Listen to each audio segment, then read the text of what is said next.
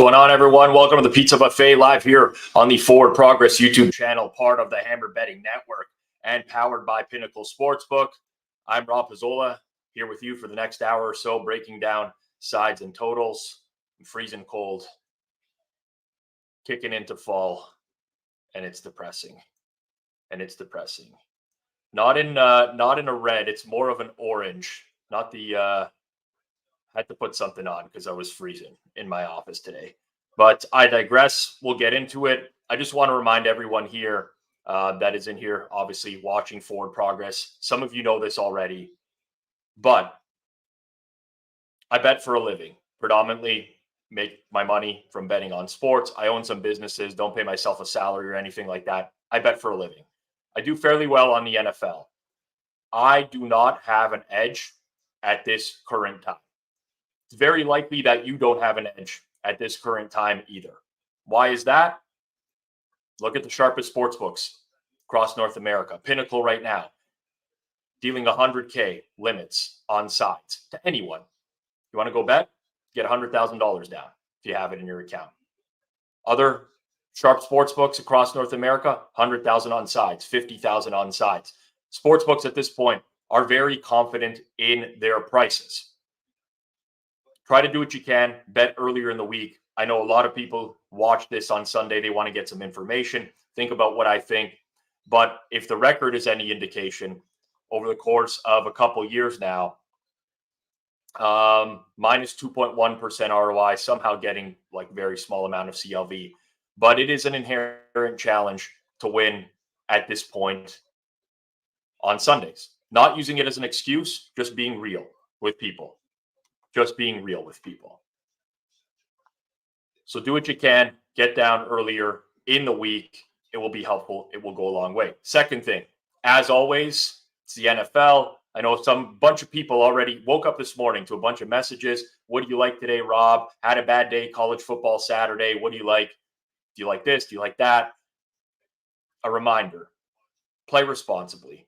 Bankroll management, extremely important. You had a bad day in college football yesterday. Shake it off. Bet the same units today. You don't have to go nuts with anything here. I'm going to double check the mic really quickly just to make sure because I've seen a couple comments there. And it's a terrible mic. Let's switch. This should be much better. Much better. Appreciate everyone who got it. It's not the cold affecting the mic. It's the cold affecting my brain and me selecting the wrong mic when I came in here. This should be much better. Appreciate everyone who let me know beforehand. One more time, if you want to ask me any questions over the course of the broadcast, I do try to get to them, but I'm going to go top to bottom rotation number order. If you want to ask questions, got to be a subscriber here on Forward Progress. Got to be subscribed for 5 minutes. So hit that subscribe down below. Hit that like button down below. And last thing, before I get into it, as a general reminder, I preach line shopping in everything we do. We preach line shopping here on Forward Progress. It's one of the most critical aspects to sports betting. I would never consider betting without Pinnacle being one of my sportsbook accounts because of their everyday competitive odds. I'm going to bring up betstamp on screen throughout the show. You'll see the Pinnacle odds. And if you compare them to everywhere else, there's a very good chance that Pinnacle is going to have one of the best numbers in market. So bet smart, bet Pinnacle, your trusted sportsbook for the past 25 years, and use code HAMMER when signing up, as it does help support the show. You must be 19 plus, available in Ontario, not available in the US, and please play responsibly. All right, let's get into it. Everyone smash that like button. Let's go. Hit it real quick. Takes 2 seconds. And we're into it this week. Pulling up Betstamp here. Once again, easiest way to improve as a sports bettor. Use multiple sports books. Get the best odds. I recommend using an odds comparison tool like Betstamp. Betstamp compares odds across every sportsbook for games, futures, player props, whatever you want to do. Save time and money. Check Betstamp before you bet. Download it on Android or iOS. You can visit the website betstamp.app. So we're currently at the half. I'll give it one refresh here. Titans 18-3 as they were gifted. Ravens 18-3 as the Titans gifted them another 3 points at the end of the half there. And let's get into it. We'll start with the Washington Commanders and the Atlanta Falcons as the odds load up here on the screen. Pinnacle -1, -111. If you're looking to bet Washington in any capacity, you get the best price in market on Washington at Pinnacle, both on the money line, plus 106, or the spread, plus 1.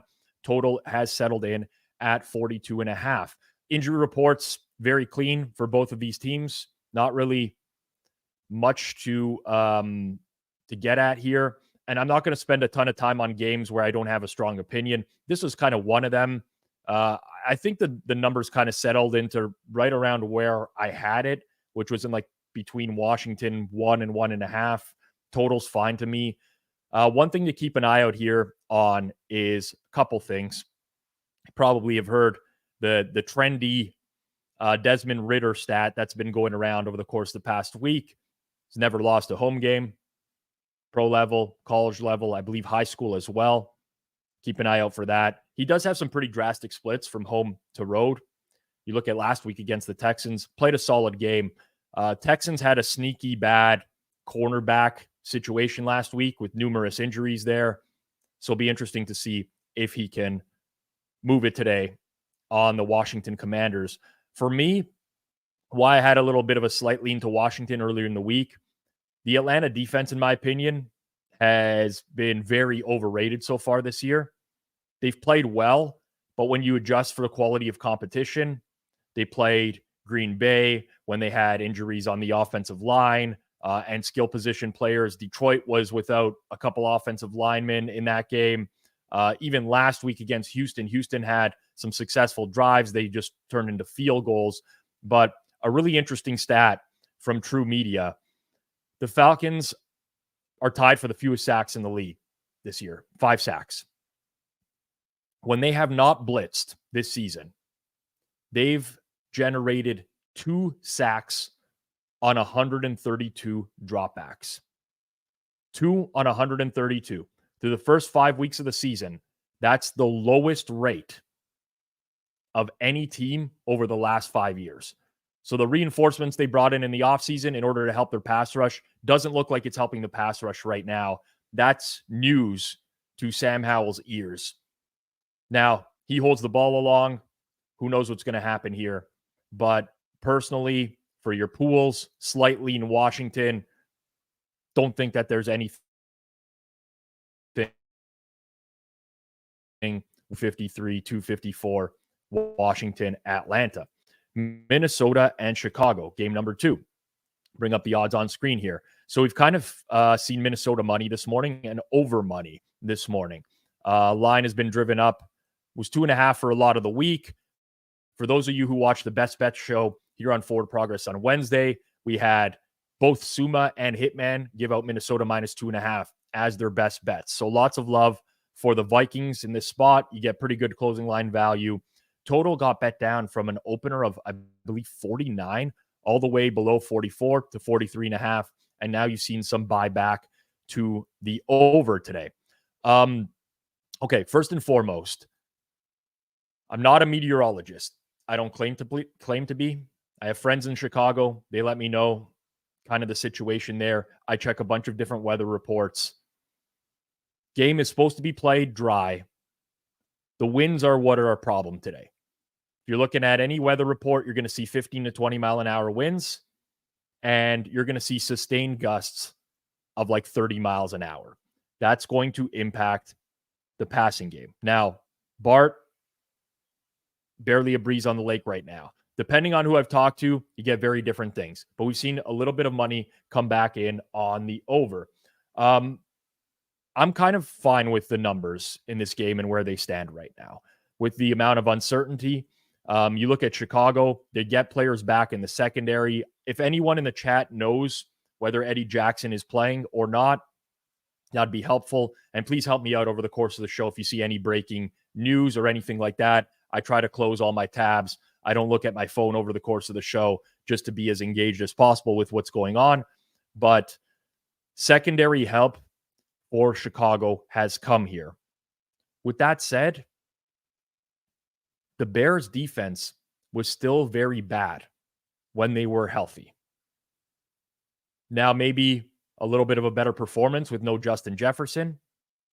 Can Jordan Addison, KJ Osborne step into that role? TJ Hawkinson probably going to get a lot of targets in this game. The issue for me is that regardless of whether or not the Bears have defenders on the field, they've been like a bottom 3 defense, if not arguably the worst, dating back a long time to last year. Basically, since they traded Roquan Smith and Robert Quinn. Eddie Jackson is in. So I think some people thought there might be like a little bit of a push towards Chicago on the news of the defensive reinforcements, but it actually has gone the other way around. If this is a win game, I do trust Minnesota's offensive line to hold up better than Chicago's, especially with Braxton Jones on IR. Lucas Patrick's dealing with the concussion issue. I'm not sure if he cleared or not, but Khalil Herbert on IR, Roshan Johnson out.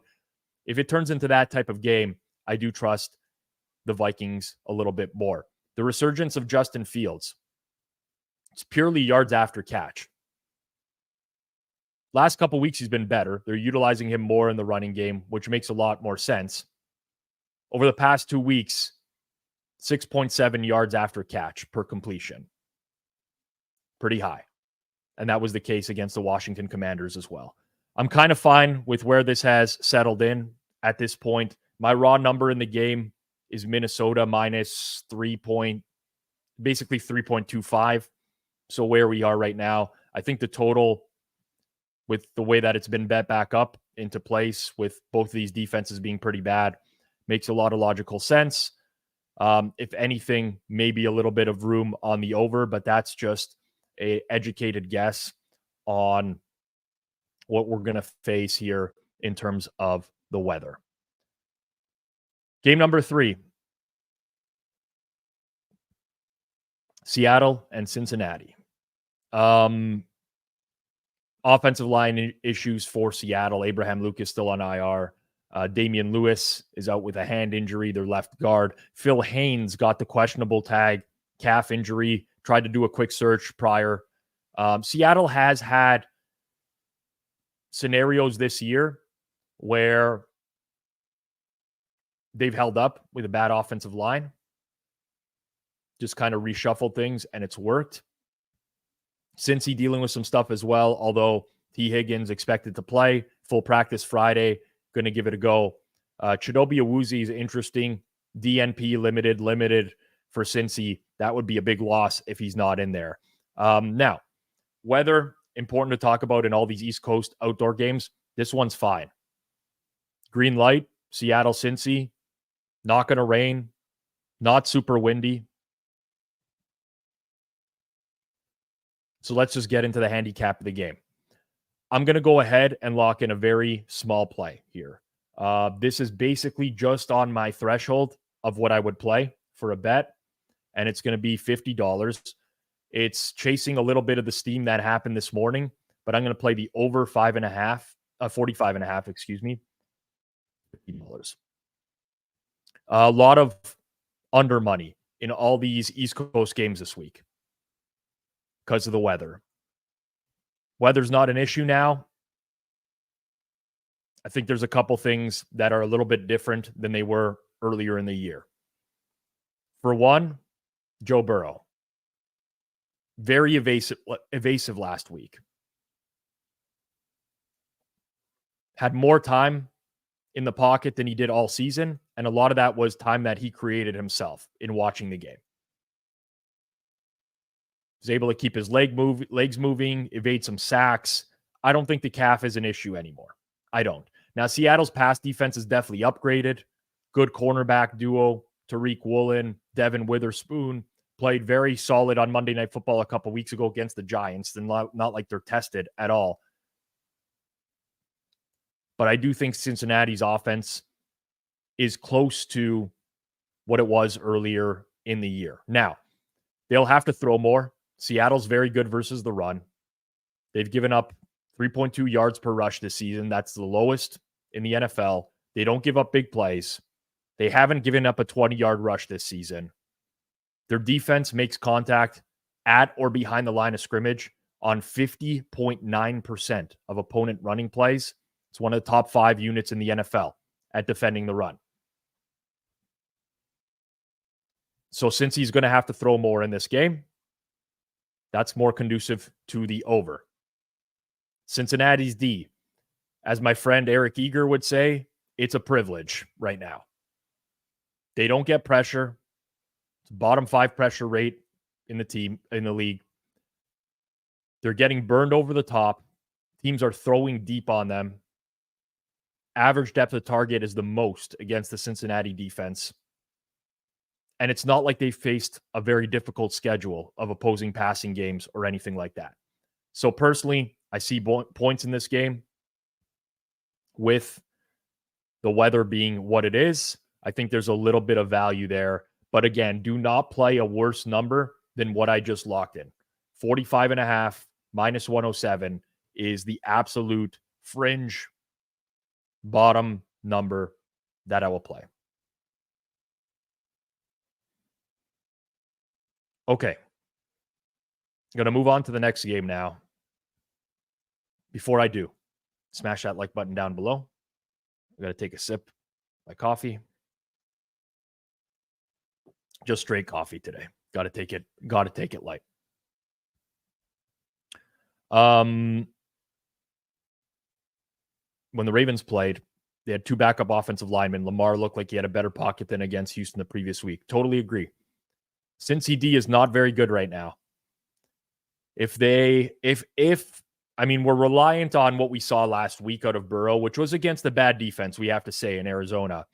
But Cincy could be transforming into a pretty good overbet in coming weeks if their offense can kind of keep that up going forwards. San Fran and Cleveland. I'm not going to spend a lot of time on this game. Obviously, market has pushed this out a ton. See the 10 at Pinnacle right now, 9.5 everywhere else. That's a juice 10 towards Cleveland. It's more like a 9.5. Total very low, 36. Obviously, the big news is Deshaun Watson out with a shoulder injury. Conflicting reports on when he could be back. We don't know right now. We know PJ Walker is going to start. Here's what I know about PJ Walker. He's terrible. Is he capable of putting in a good game? Sure. I mean, he had some big-time throws in one game last season against Atlanta. It can happen. But overall, if you look at PJ Walker's EPA per play metrics, success rate metrics, you rank him up against the worst quarterbacks of the past decade or 2 decades, he's in the conversation. He's just been bad. Not only has he been bad, but now he's behind an O-line, which is missing Joel Bitonio. Great offensive lineman out with a knee injury. Remember, Jack Conklin is on IR. A strength for the Browns no longer is a strength. At least David Njoku is going to play with the face burns. But it's not looking good for their offense. Weather in Cleveland today. 15 to 20 mile an hour sustained winds, gusts of up to 30. This is the game that's most likely to see rain. Probably on and off over the course of the game. Sloppy field. Who knows what can happen? We saw San Fran play a weather game on the road last year at Chicago, very early in the year, different quarterback. It's not apples to apples. But there's a scenario here where the Cleveland Browns defense, especially with a low total, like think about how appealing it is to get a 9.5, 10-point underdog with a total of 36. There's lots of scenarios here. I would not lay it with San Fran at this point in any capacity. I wouldn't. If you didn't get the early numbers, beat the Deshaun Watson news, I'm not saying you can't win your bet. There's obviously tons of scenarios where San Fran wins this game in a blowout. Tons of scenarios. But I just don't think that this is a great bet at any point now with the way that the number has gone. This is going to be a test for the Cleveland defense. We're talking about the Cleveland D, how great it's been this season. Schedule hasn't been all that difficult when you consider when they got certain teams. Like, for example, Cincy week 1, Burrow dealing with calf injury. But their defense has been very, very good. On early downs especially, that's really helped force opponents into a lot of 3rd and longs. And that's why the Browns defense, 3rd down conversion rate on their defense is 22.6%, which is like night and day compared to previous years. There's other stuff to handicap in this game as well. Jim Schwartz, Kyle Shanahan. Jim Schwartz, for some reason or another, Clev TA pointed this out this week. I'm never going to call him Cleve TA unless he adds another E to the beginning. Clev TA pointed out this week, but Jim Schwartz's success against Kyle Shanahan, I believe 8-1 career, has really held the offense in check. We'll see. We'll see. Okay, this is a good question, and I will answer. What if you have an early San Fran number below 7? Middle opportunity, sure.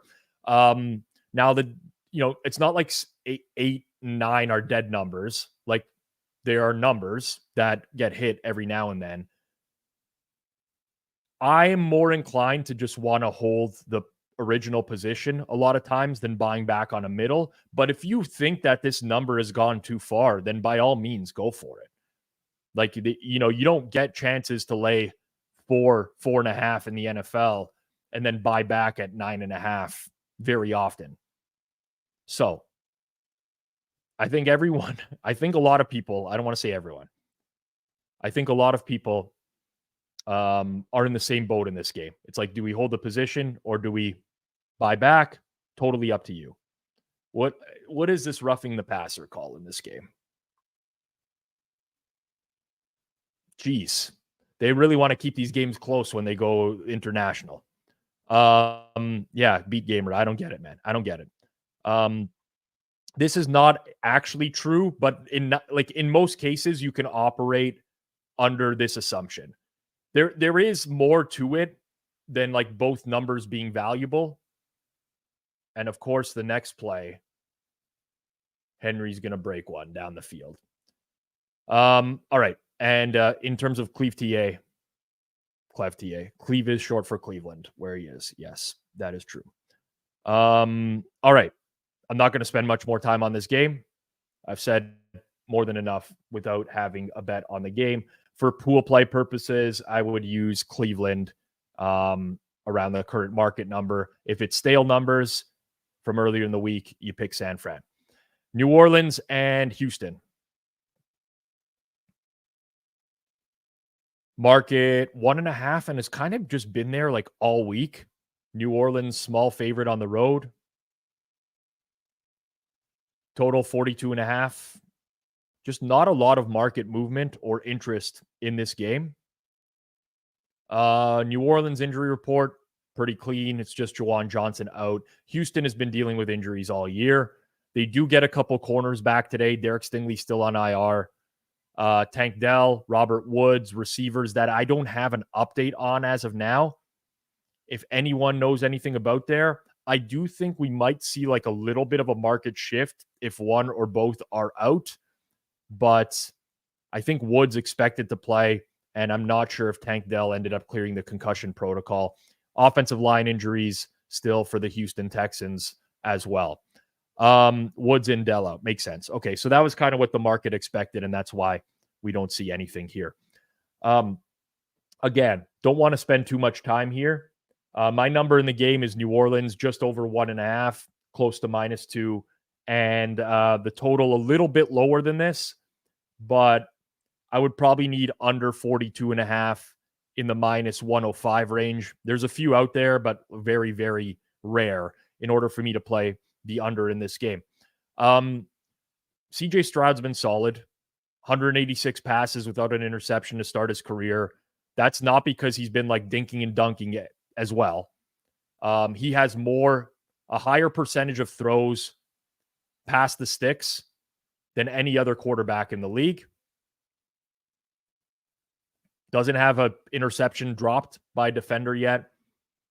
Not great, but certainly for a rookie has been solid. This is a big test against the New Orleans defense. They don't give up a lot of points.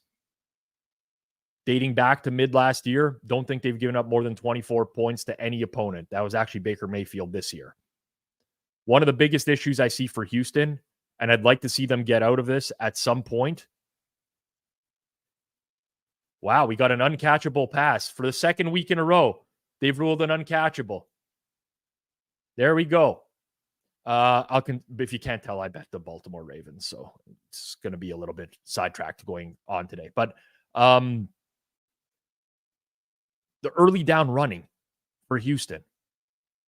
Like, I get it. Some coaches like want to take pressure off the rookie. Bob Slowick's the offensive coordinator there. They got to get out of this at some point. They just run way too much early and force Stroud to convert these third downs. And it's been working, but it's not a recipe for success going forward. Other side of things, New Orleans offense didn't even really have to do much last week. They just blew New England out of the water. It didn't really matter, but they're still a very inconsistent group as well.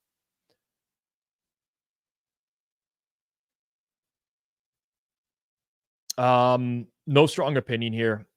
I've been trying to do this, Anthony, and I will continue to do this, but also depends on the number of each game as a reminder, right? Just so people are out there. New Orleans, Houston, slightly New Orleans. Not much I'm going to do with this game. If we get some over money, which I'll be really surprised with, then we are going to fire, potentially on the under there, with the basis that New Orleans just right now does not have the big play ability with their quarterback, who does like to check down a lot. And furthermore, Houston just wasting plays on early downs with runs. Colts and Jags. Early money on Indy here, and then this just kind of stopped. I'm going to go ahead here and play $65 base unit on the Colts +4 -101. My raw number is a little bit closer to 3 in this game, somewhere between 3 and 3.5 on this game. So going ahead and locking in Indianapolis. Last week, Indy dealing with some injuries on defense. Their front seven, especially Kwity Paye missed the game. Shaq Leonard missed the game a week ago. So nice to have them back on the defensive side of the ball. For the Jacksonville Jaguars, let me just see if we got an update. So Zay Jones confirmed out for the game. Walker Little on the offensive line confirmed out as well. Not much expected in terms of weather here either. Where am I differing from market on this game to get the edge on Indianapolis? I don't think Jacksonville's offense has quite figured it out just yet. Last week, they showed signs against Buffalo. Just remember what happened to Buffalo over the course of that game in London a week ago, with the amount of injuries that were suffered on defense over the course of the game. A lot of defensive injuries. Matt Milano lost for the season. Christian Benford ended up being hurt in that game. Trey White's on IR. I'm missing someone. Daquan Jones ends up going to IR. Just a bit of a disaster for the Bills defense last week. Jacksonville, to me, until they show that their offense can get it going consistently, I kind of have them as an overrated offense overall. Indy's offense, Gardner Minshew. Safe quarterback. Not going to turn the ball over a ton. Safer passes, quick passes, force the Jacksonville defense to tackle. But if we look at the Minshew offense this year, this is courtesy Cleftier as well, who put the work in on this. 161 plays of offense this year, 5.42 yards per play with Gardner Minshew on the field. Now, 5.42 would be 13th ranked in the NFL. Not amazing, but above average. But when you consider that the defenses he's gone up against have given up only 4.82 yards per play this season, I think there's some optimism there. Don't know if the travel is going to do anything for Jacksonville. 2 weeks away, back. I honestly don't know. It's hard for me to factor that in any way. I'm not like a big spots guy. I think you can account for a situation in terms of like a team coming off of a big win. Typically, that just manifests itself with them being inflated in market. I don't know that this is like a super inflated price necessarily.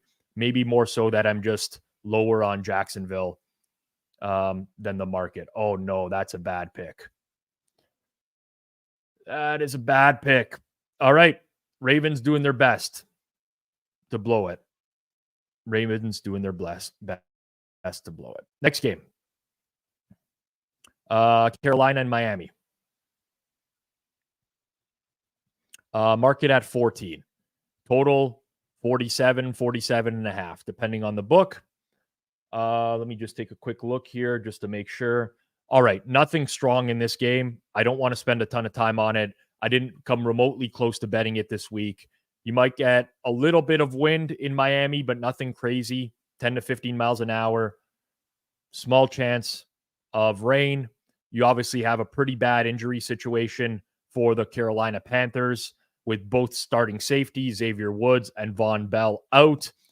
I would like my starting safeties if I were playing against this Miami passing offense, especially with J.C. Horn already on IR. Derek Brown, Brian Burns were on the injury report all week. It's a mess for them defensively. The only issue I have with Miami, a team like Miami, and laying big points with them is their defense. If you think back to last week against the Giants, they ended up covering the spread. There was no point in that game where the Giants were remotely close to being able to generate any offense, and they still had the ball on the Miami 30-yard line with Tyrod Taylor late in the game with a chance to backdoor cover. That's the issue when you're laying 14 points in the NFL. Secondary issue, Miami plays Philadelphia next week on Sunday Night Football. Now, I'm not saying that they're looking ahead to the game. I'm not saying they're going to look past Carolina and look ahead to Philadelphia. I think it's a good coaching staff. Generally speaking, those things don't happen as often anymore. But this is like a win and stay healthy type of game, right? Where you potentially don't get the full complement of receivers. Ooh, that's a bad hit. Ooh. Concussion, unfortunately, incoming. No real strong opinion on this game. If I had to take it for pool purposes, give me Carolina plus 14. And very close, honestly. Getting closer on the over in this game. Need a little bit better, like 47 minus 105. Very unlikely going to get there. Very unlikely going to get bet there. Yeah, that's a tough hit right there. Oof. All right. 4:00 games. Detroit Lions, Tampa Bay Buccaneers flexed into a 4:00 spot here. Of all the games this week, and maybe this season, I've seen in my inner circle of people that I deal with pretty regularly, an opinion on this game from pretty much everyone, and it's been very mixed.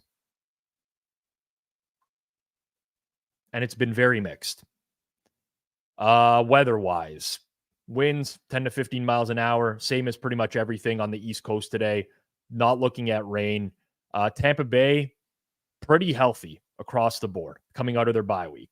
Shaq Barrett was dealing with an illness. I'm pretty sure he's going to play today. Detroit, on the other hand, it's a little bit messier. Jonah Jackson is out. They're already missing swing tackle Matt Nelson. Jahmyr Gibbs dealing with the hamstring injury. Sam Laporta with the knee injury. Secondary, Chauncey Gardner-Johnson on IR. Brian Branch is out. Emmanuel Mosley came back from an ACL injury, and he hurt himself again. I don't have a strong opinion on this game. At this number, it's a very, very small lean to the Detroit Lions. I do think Detroit's defense is overrated a little bit. They can generate pressure, but they've faced Bryce Young, Jordan Love, Desmond Ridder 3 weeks in a row.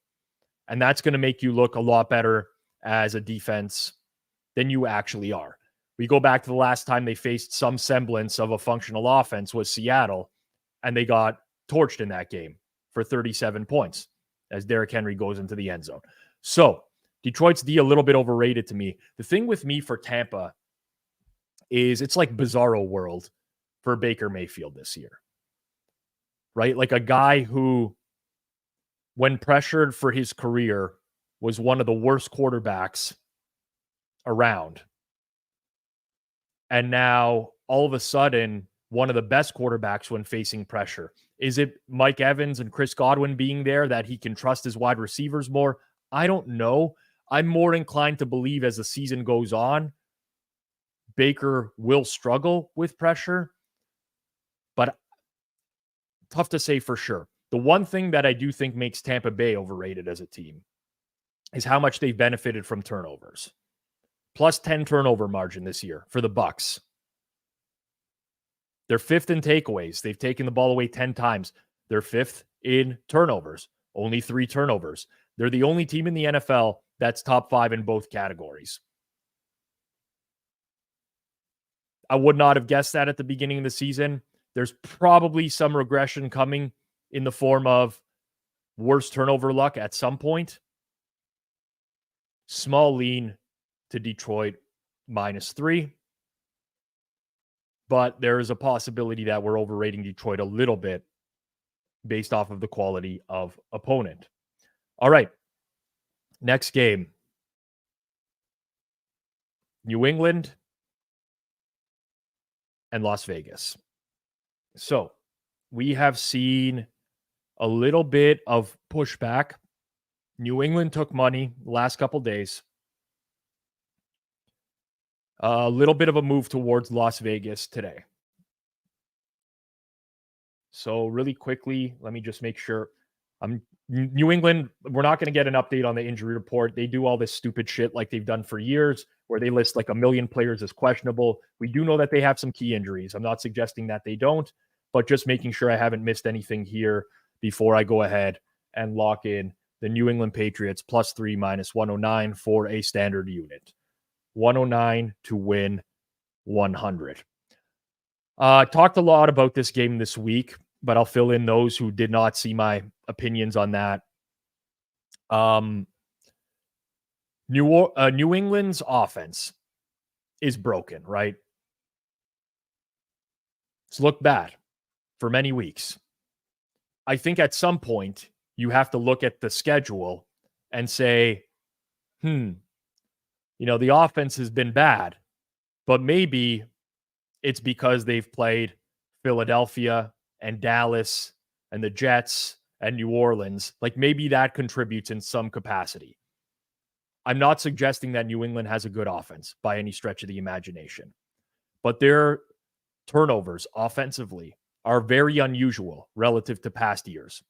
If you look at Mac Jones' past years, career before this season, 2.6 turnover-worthy play percentage. This year, it's over 6%. And I have to attribute that somewhat to the quality of defenses. He's already thrown 3 pick sixes this year. The Patriots have given up 55 points off of turnovers. 55 points off of turnovers. In the first 5 games this season, they've given up more points off turnovers than any other season under Bill Belichick. I think that's more of an anomaly than anything else. And this is a Las Vegas defense that is not very good. Now, the reason Las Vegas hasn't been giving up a lot of points this year is the style of defense that they've been playing. They're playing to keep everything in front of them. No big plays. 2 high safeties. They don't generate much of a pass rush whatsoever outside of Max Crosby, one of the worst pressure rate teams in the entire league. This, in my opinion, works well in what the Patriots want to do. Run the ball, short passes, especially to running backs, nothing crazy. They don't have the downfield threat anyways. I do think that there's a high likelihood here that we see the Patriots offense get back on track. I don't know what on track means. Maybe points into the 20s, but this is a better matchup for them altogether. Las Vegas offense, on the other hand, they have the weapons, right? They're supposed to, at the very least. You look at their skill positions, and you're like, yeah, it's pretty good. Josh Jacobs is their running back. Devontae Adams, Jacoby Myers, Hunter Renfrow, Michael Mayer, who they drafted. But this is not manifesting itself into points. The offense has not scored more than 18 points in a game yet this season. They've played the Broncos defense. They've played the Chargers defense. They have weapons, but they're not consistently able to move the ball. So we can talk about the New England injuries, but when you've gone up already against the Denver Broncos, historically bad defense, and have not been able to generate, now you got to win by margin again, by 4 points or more to cover. I think this is on the wrong. Well, I think it's 3. I think the number that was there yesterday was the right one. Obviously, someone disagrees with me, someone who has some sort of market influence. That sucks. But +3, New England Patriots, decent bet. As the Ravens just really falling apart here in the second half. All right, 355 watching. Smash that like down below. Goes a long way to helping other people find our content in real time here. If you're not subscribed here on Forward Progress, make sure you do so as well. All right, let's keep it going. Arizona Cardinals and Los Angeles Rams. If you tuned into the Wednesday show, best bets, me, Hitman, Suma, Eager, you saw me give out a best bet on this game, which was the Arizona Cardinals.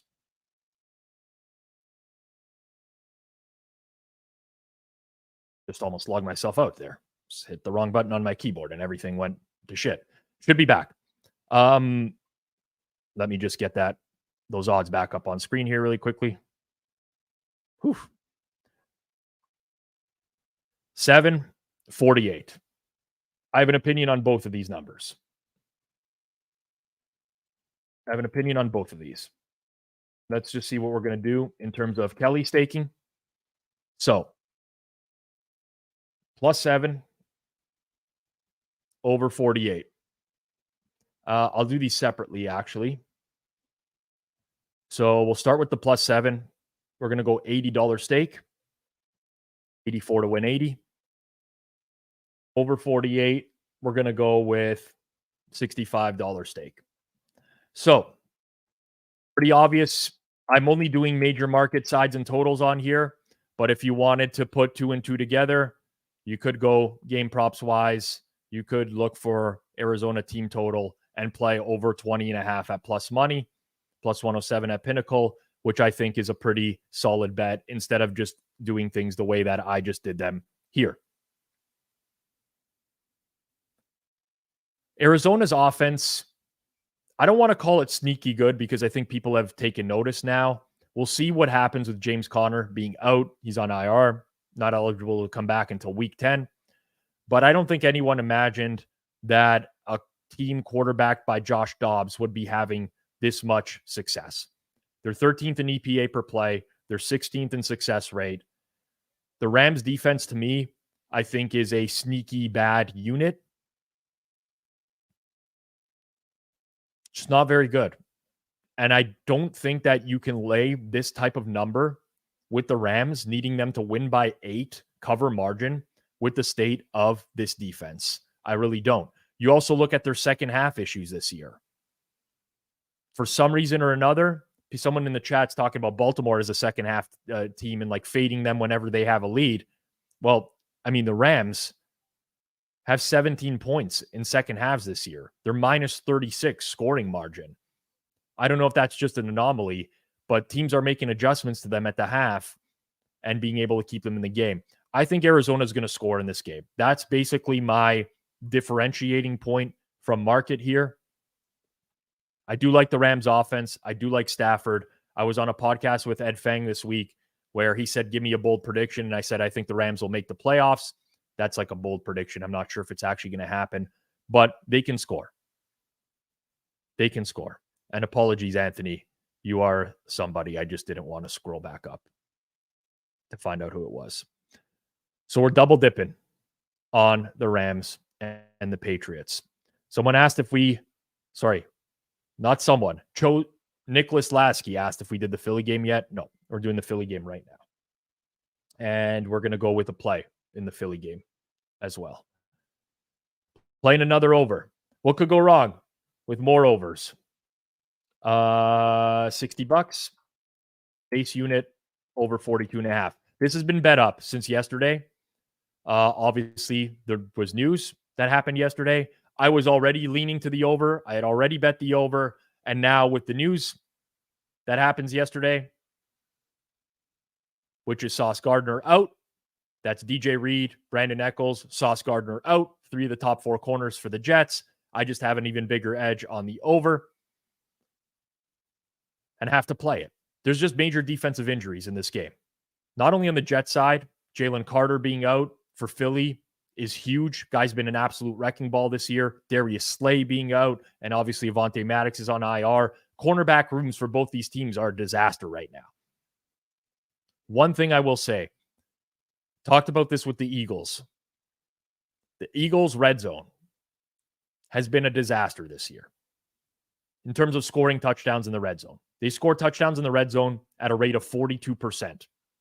It's the fifth worst number in the league. Last year, they finished 3rd in the league at 68%. Now, new offensive coordinator, sure, I can buy that a little bit. What's been the biggest issue? Hurts basically is not throwing to wide receivers in the red zone.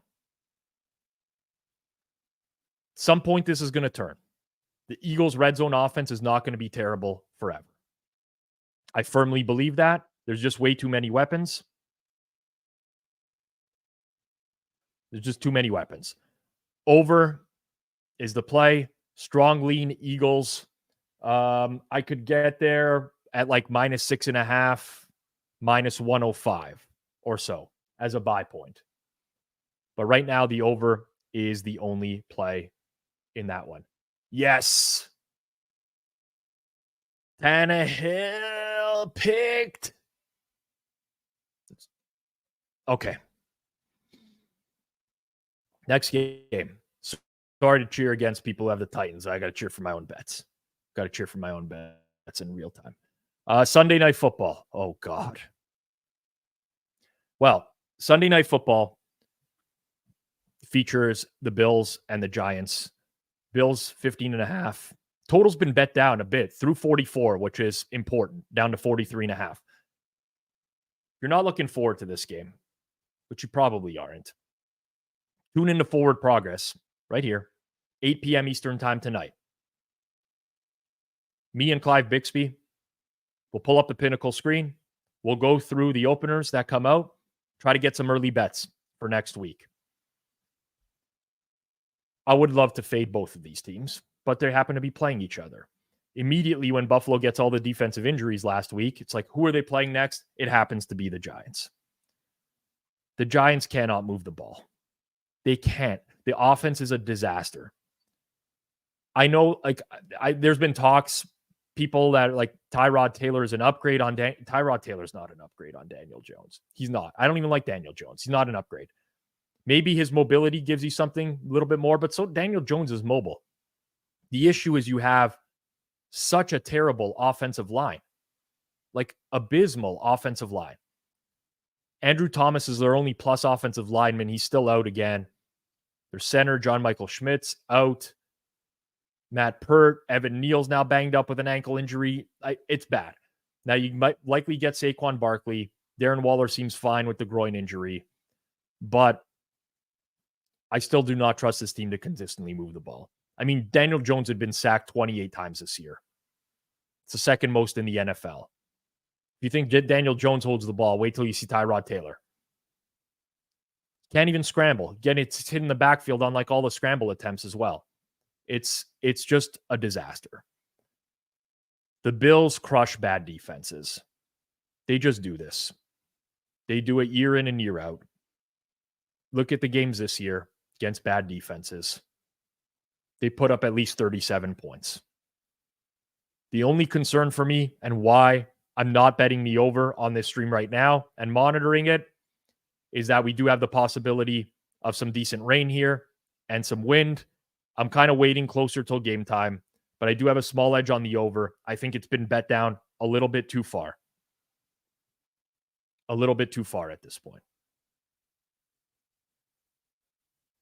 For pool purposes, I don't even know who I would pick. Flip a coin. I'm directly on the midpoint of this game right now. I'm not even joke. I guess Giants slightly. But I will very likely not be betting the side in this game.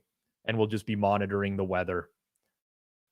Since we do have time, I'll quickly talk about the Monday Night Football game. It does involve my favorite team, the Dallas Cowboys. Unfortunately, lackluster performance last week. The one thing that's changed in the last couple days that's of note, that Dallas injury report went from being pretty terrible to not so bad. Leighton Vander Esch is out. Multi-week injury, neck. They might shut him down for the year. Aside from that injury report that came out on Thursday that people were going nuts about, everyone else on the Cowboys is playing. Big one to keep an eye on is Joey Bosa, obviously. Did not practice, limited practice with the toe injury. That's big. Nick Williams also on the D-line didn't practice this week with a back injury. So, no strong opinion here one way or another. I would have loved to bet Dallas this week, but we're not really getting any line value with them, generally speaking. Might seem like a home game for them this week, but I just think this is a good number. Even with McCarthy, he might still be, by game time, this guy's going to be a disaster. It's going to be a disaster. Kellen Moore revenge game. Yeah. If your pool numbers, Bills 13.5, just take the Bills at that point. If your pool number is significantly off from the game day number, just take the difference. And if you actually go log into a Pinnacle account, you'll have the drop down there where you can just take the spread, move it from 15.5 to 13.5. You could see what the actual VIG is on that game. That's it. I'm going to limit myself from Survivor at this point because we're at the point of the season now where we're just a little bit too far in. It's so dependent on who you've used, obviously, what you think the projection of teams is going to be in your specific pool. There's very obvious choices in Miami and Buffalo this week. That's it. Aren't pools usually straight up winners? I don't know, maybe in 1995. We deal with the point spread now, Marcel. We deal with the point spread at this point. Quick recap of the day today and what we're playing. Reminder to people out there. I do not believe, I run my own numbers. What's the point of not running your own numbers if you're betting the NFL? I do not believe I have a significant edge on any of these plays today, to make it explicitly clear. I think if we look at I think I got swept last week. Yeah, I did. God, that Baltimore loss was so depressing. But it's been a pretty mixed year overall. Had some good runs, had some bad. It's going to be the way it is. Indy +4 for $65. Seattle 45.5, -107 to the over. It's now -106. The cutoff to bet this is -107. Don't play a -110. I would not have bet a -110. I know it sounds like very arbitrary, but it matters. Man, Lamar is so good. So good.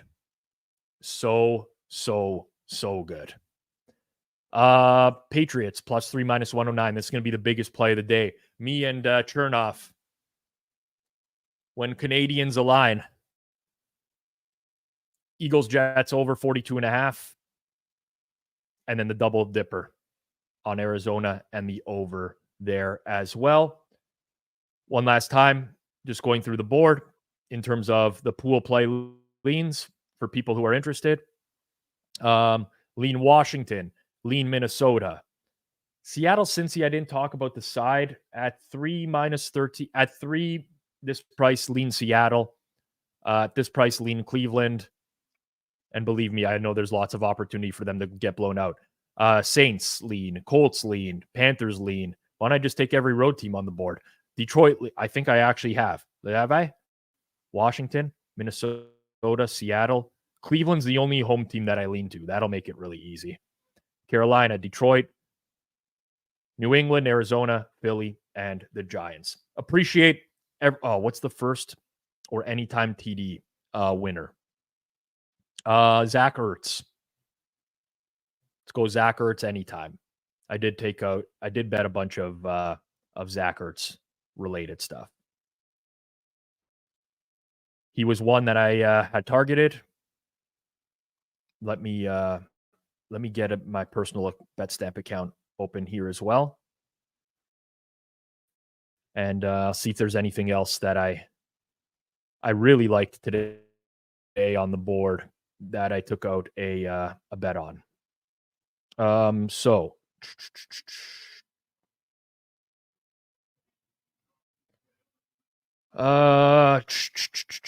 New Orleans, Houston. I don't hate like a dart on Foster Moreau.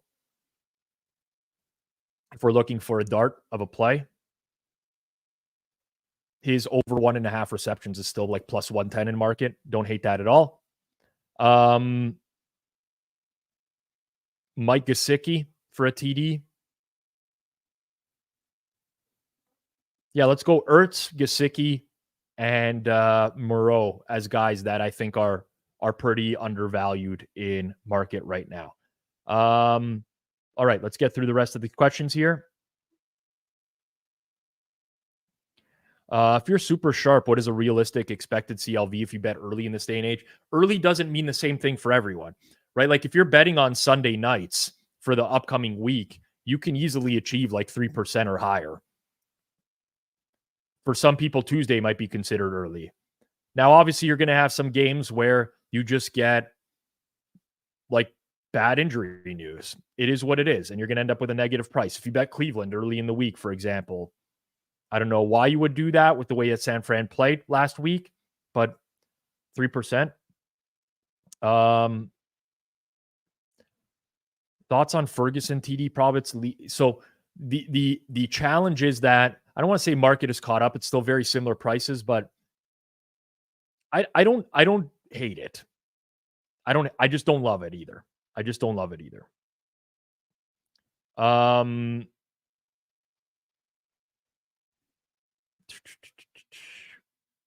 All right. I think that's it. I think pretty much everything else has been answered over the course of the show. Before you leave, really quickly, Forward Progress tonight, 8 p.m. Eastern Time. Myself, Clive Bixby. We're back here tonight breaking down next week's games. NFL Week 7. Recap today. Break down next week's games. There's a lot going on. I don't know why the Ravens just keep insisting on running the ball on first and second down in the red zone. They passed one time. They threw a touchdown. What are you going to do? It's the Baltimore Ravens. I'm back here later on tonight. On the way out, hit that subscribe button. If you're not subscribed already, smash that like button down below as well. For myself, Rob Pizzola, for my producer, Jason Cooper, I wish everyone the best of luck today. Unless you're opposite me, I can't wish you the best of luck on that. Check out Pinnacle Sportsbook if you're in Ontario. Use code HAMMER when signing up. You won't regret it. Great sportsbook. Very good odds if you're looking to bet. I'm back later on tonight. Enjoy it, everyone. Peace out.